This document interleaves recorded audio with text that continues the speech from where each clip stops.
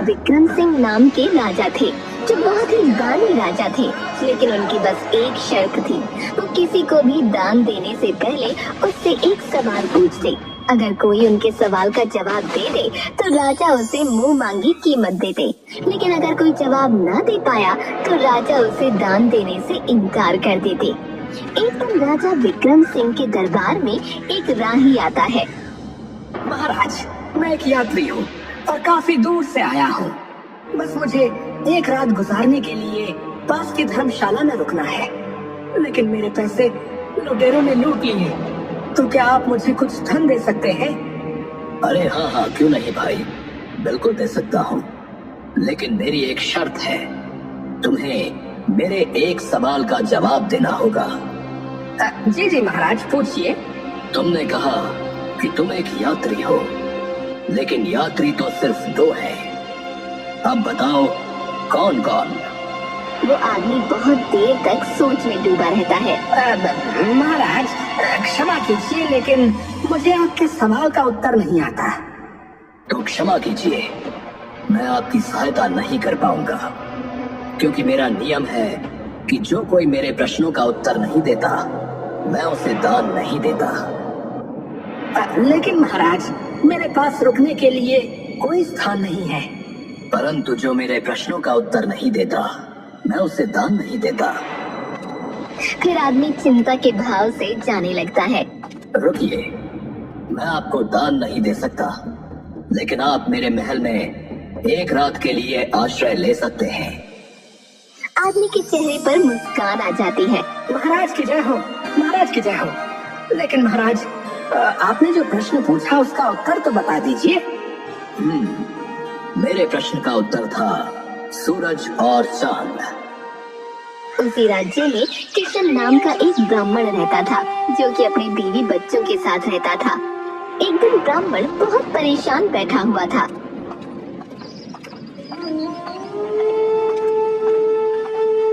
क्या हुआ जी, आप बहुत परेशान दिख रहे हो?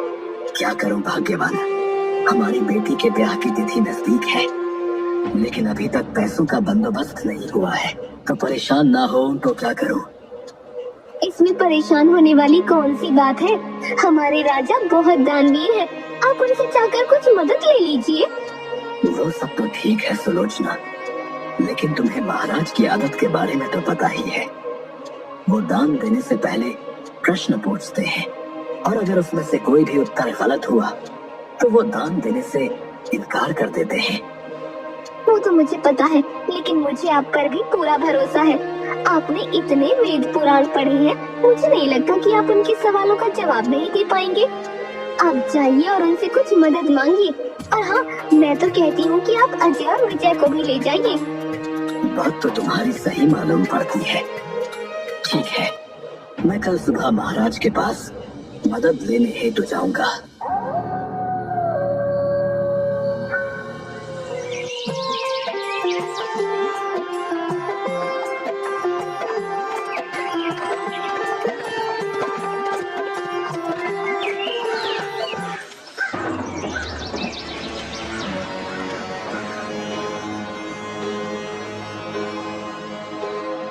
महाराज, मैं आपके गांव का एक छोटा सा ब्राह्मण हूँ। मुझे अपनी पुत्री के विवाह के लिए कुछ धनराशि की आवश्यकता है।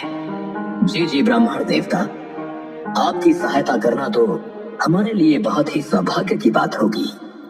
परंतु आप तो जानते ही हैं कि मैं दान मात्र उसी को देता हूँ जो मेरे प्रश्नों का उत्तर दे। जी महाराज, मुझे पता है। कृपया आप पूछिए जो भी आपको पूछना है। ठीक है ब्राह्मण देवता, तो मैं आपको एक कहानी सुनाता हूँ, और आप मेरी उन कहानियों को पूरा करना। और अगर आप सही ढंग से उसे पूरा नहीं कर पाए तो मैं आपको दान देने में असमर्थ रहूंगा। जी अवश्य महाराज, कृपया पूछिए। वीरपुर गांव में राजा चंद्रसेन थे, जिनकी पुत्री थी पद्मा, जो कि बहुत ही सुंदर और गुणवंती थी। लेकिन उन्हें कोई भी राजकुमार पसंद नहीं आता।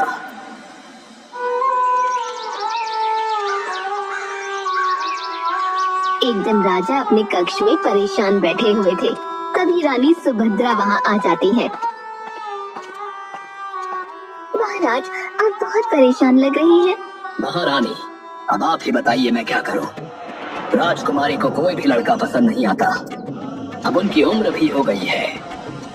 महाराज, आप इतने परेशान ना होइए।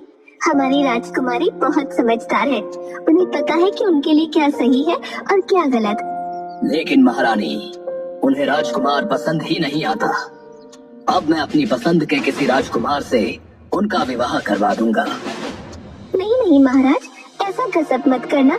जब हमारी राजकुमारी को कोई लड़का पसंद आ जाएगा तब वो खुद ही आपको शादी के बारे में कह देंगे। और अगर आपको उनकी ज्यादा ही फिक्र हो रही है तो आप खुद उनसे बात कर लेना। ठीक है महारानी जी, मैं कल ही राजकुमारी से बात करूंगा।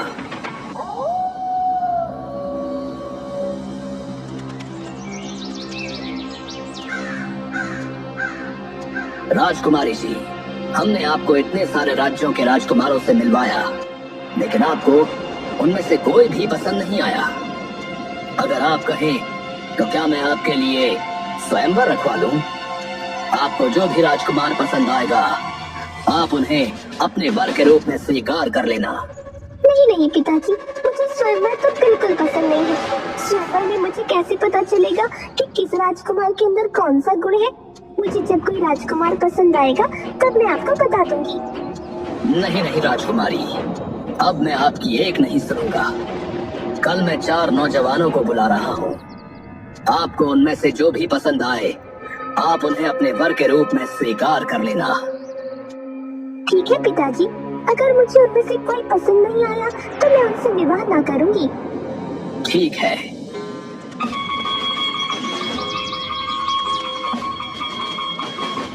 राजकुमारी, ये देखिए, ये हैं 4 राजकुमार।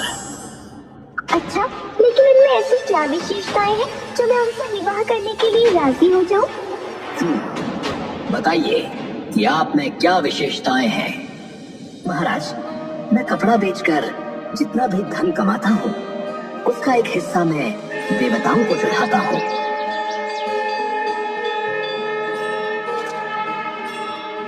एक हिस्से को अपने ऊपर खर्च करता हूँ और एक हिस्सा बचा कर रखता हूँ और एक हिस्से को अपनी पत्नी के लिए रखता हूँ। और ये कला सिर्फ मुझे ही पता है।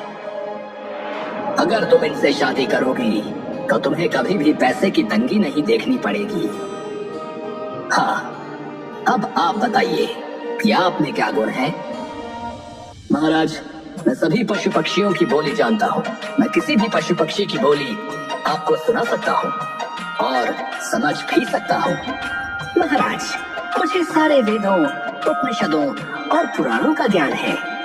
अगर आप चाहें तो आप मुझसे कुछ भी पूछ सकते हैं। अभी उसकी आवश्यकता नहीं है। समय आने पर हम आपकी परीक्षा लेंगे।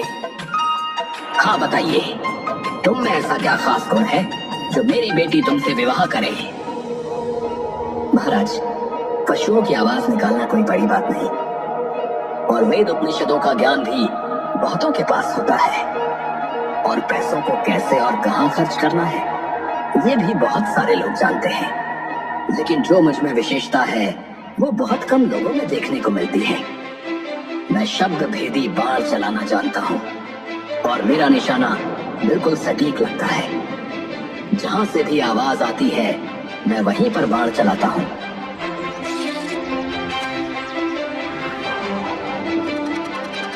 और मेरा निशाना आज तक नहीं चुका। हाँ तो राजकुमारी, बताइए, आप इन 4 में से किसे अपना वर चुनेंगी? हाँ तो बताइए ब्राह्मण देवता कि राजकुमारी इन 4 लड़कों में से किससे शादी करेगी?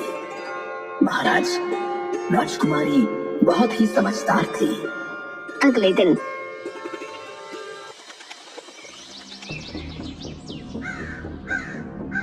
राजकुमारी, आपने कहा था कि आप आज बताएंगी कि आप इन 4 में से किसे अपना वर चुनेंगी। जी पिताजी, मैंने अपना वर चुन लिया है। पिताजी, जो पहले प्रतिद्वंद्वी है वो शिल्पी है, जो पशुओं की भाषा जानता है वो ज्ञानी है, जिन्हें पुराणों का ज्ञान है वह ब्राह्मण है पर जो शब्द में भी बाल चलाना जानती है वो एक क्षत्रिय है, तो एक क्षत्रांगिनी का विवाह भी क्षत्रिय से होना चाहिए।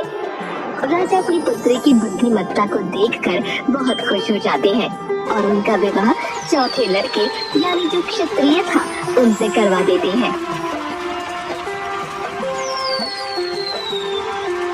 वाह, अति उत्तम। ब्राह्मण देवता मान गए आपके ज्ञान को।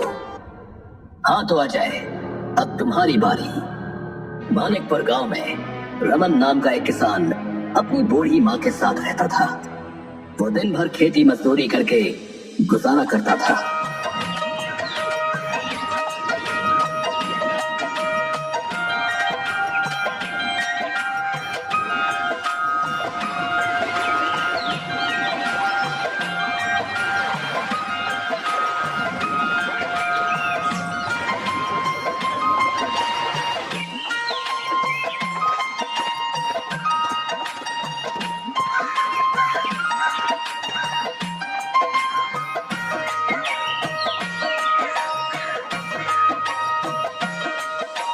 माँ, आपसे मैंने कितनी बार कहा है कि आप कुछ काम मत किया कीजिए, मैं करा लूंगा सारे काम।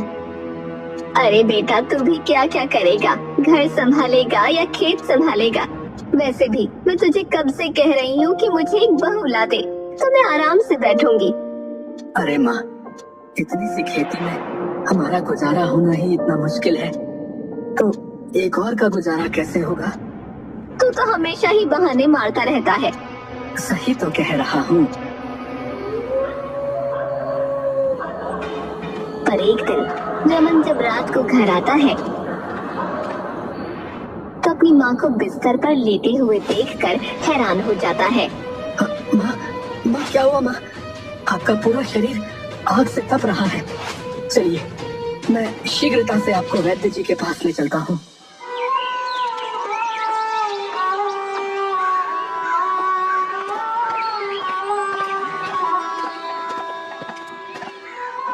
वैद्य जी, देखिए ना, मेरी माँ बहुत ज्यादा जोर में है। बेटा, अभी तो मैंने इन्हें औषधि दे दी है, लेकिन इनका उपचार मुझसे नहीं होगा। तुम एक काम करो, शहर जाकर किसी अच्छे से डॉक्टर को अपनी माँ को दिखाओ। ठीक है वैद्य जी, जैसा आप कहें मैं वैसा ही करूँगा। लेकिन बेटा, तुम्हें कम से कम 15-20 हजार रुपयों का इंतजाम करना पड़ेगा। मैं अपनी माँ के लिए कुछ भी कर सकता हूँ। रमन उसकी माँ को घर ले आता है। माँ को शहर में अच्छे डॉक्टर को भी दिखाना है, लेकिन पैसों का क्या करूँगा? कहाँ से लाऊंगा इतने पैसे? बेटा, तुझे मेरी फिक्र करने की जरूरत नहीं है। अब मैं बूढ़ी हो चुकी हूँ, मेरी जितनी उम्र थी मैं जी चुकी हूँ। ऐसा मत बोलो माँ, मैं अभी सेठ दयाराम से कुछ पैसे उधार लेकर आता हूँ, उन्हें बाद में चुका दूंगा। वैसे भी वो पिताजी के बहुत अच्छे मित्र थे, हो ना हो वो हमारी सहायता अवश्य करेंगे। लेकिन बेटा, पूरा गांव जानता है कि वो कितने कंजूस और लालची है। उनसे पैसा निकलवाना बहुत टेढ़ी खीर रहेगी। माँ, मेरे लिए इस पूरे संसार में आपसे बढ़कर और कोई नहीं, और इस वक्त उनके अलावा मेरी सहायता और कोई भी नहीं कर सकता, इसलिए मैं जा रहा हूँ। रमन जल्दी से सेठ दयाराम के पास पहुँच जाता है। सेठ जी, मुझे 20,000 रुपए की आवश्यकता थी। मेरी माँ बहुत बीमार है और वैद्य जी ने कहा है कि उन्हें शहर में किसी अच्छे डॉक्टर को दिखाने की आवश्यकता है। क्या क्या क्या? 20,000 रुपए? कसम चिल्लर की, मैंने इतने रुपए तो एक साथ खुद भी खर्च ना किए होंगे, और तू एक मामूली सा छोरा है। मैं तुझे इतने सारे पैसे क्यों दूंगा? सेठ जी, मैं आपके हाथ जोड़ता हूँ, अभी मुझे पैसों की बहुत आवश्यकता है, और आपके अलावा पूरे गांव में मेरी सहायता और कोई भी नहीं कर सकता सेठ जी। अरे तो तू मुझे कंगाल करने पर ही तुला है? अरे मैंने तुझे कह तो दिया, अब जा यहाँ से। लेकिन सेठ जी, आप मेरे पिताजी के बहुत अच्छे मित्र थे, इस नाते तो मेरी सहायता कीजिए। अच्छा ठीक है, मैं कर दूंगा मदद, लेकिन मेरी भी एक शर्त है। मैं तुम्हें पैसे तभी दूंगा जब तुम मुझे एक कागज में आग और दूसरे में हवा ला कर दोगे। अगर तुमने मुझे वो ला दी तो मैं तुम्हें पैसे दे दूंगा, और अगर तुम ना ला पाए तो फिर मुझसे मदद लेना भूल जाना भाई। ठीक है सेठ जी। रमन दौड़ता हुआ अपने घर जाता है। क्या हुआ बेटा, क्या कहा सेठ जी ने? मना ही किया होगा, मुझे पता ही था कि वो सेठ एक नंबर का कंजूस है। नहीं माँ, सेठ जी ने पैसे देने के लिए हाँ कर दी है, परंतु उनकी एक शर्त है। शर्त? मुझे तो पता ही था कि वो सेठ बहुत चालाक है। वो हर मुमकिन कोशिश करेगा पैसे देने से बचने की। वैसे क्या शर्त रखी है उस सेठ ने? माँ, उन्होंने कहा है कि मुझे वो पैसे तभी देंगे जब मैं कागज में हवा और दूसरे कागज में आग लेकर जाऊंगा। उस समय तो मैंने हाँ कर दी, लेकिन अब मेरी समझ में ये नहीं आ रहा है कि मैं उन्हें कागज में हवा और आग कैसे दूं। अरे तो मैं तुझे बताती हूँ। हाँ तो आ जाए। अब तुम मुझे बताओ कि रमन एक कागज में हवा और दूसरे कागज में आग कैसे लेकर जाएगा। अभी बताता हूँ महाराज। यशोदा एक कागज का पंखा बनाती है और रमन को दे देती है।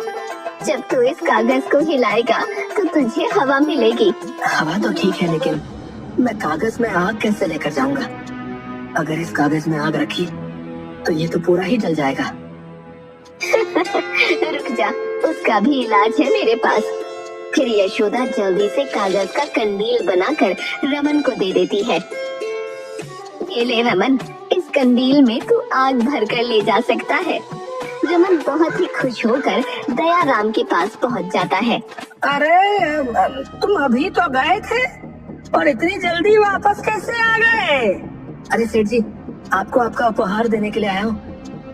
ये लीजिए, इस कागज में बहुत ही ठंडी ठंडी हवा भरी हुई है और इस कागज के कंडील में आप आग जला सकते हैं। ये सब? अरे सेठ जी, अब ज्यादा सक पकाइए मत। आपको आपका उपहार मिल गया तो कम से कम अब तो मुझे 20,000 रुपए की उधारी मिल सकती है ना। जितनी जल्दी हो सकेगा मैं लौटा दूंगा।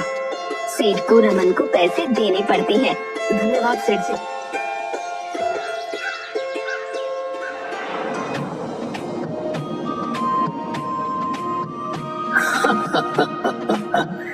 वाह अजय वाह, मैं तुम्हारे उत्तर से बहुत प्रसन्न हूँ। तो अब विजय, तुम्हारी बारी। जी महाराज, पूछिए, आपको मुझसे क्या पूछना है? विजय, तुम हमारे राज्य में से 2 ऐसे आदमी ढूंढ के लाओ जिनमें से एक ने कभी झूठ नहीं बोला हो और दूसरे ने कभी सच नहीं बोला हो।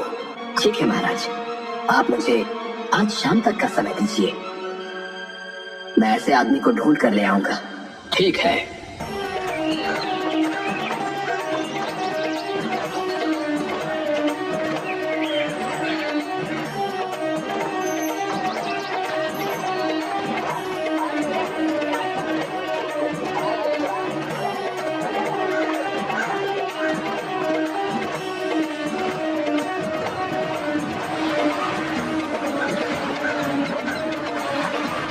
विजय एक आदमी को अपने साथ लेकर आता है।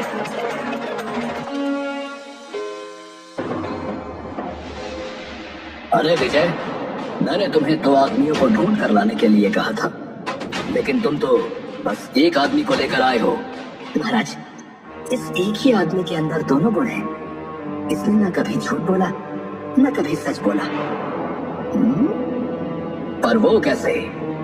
क्योंकि महाराज, ये आदमी बोल ही नहीं सकता। क्या? वाह विजय वाह, ब्राह्मण देवता, हम आपके और आपके दोनों बेटों के जवाब से बहुत प्रसन्न हैं। इसलिए मैं आपकी बेटी की शादी अपनी तरफ से करवाना चाहता हूँ। दोनों बेटे बहुत खुश हो जाते हैं। क्या? जय हो राजा विक्रम सिंह जी की जय हो, राजा विक्रम सिंह जी की जय हो, राजा विक्रम सिंह जी की जय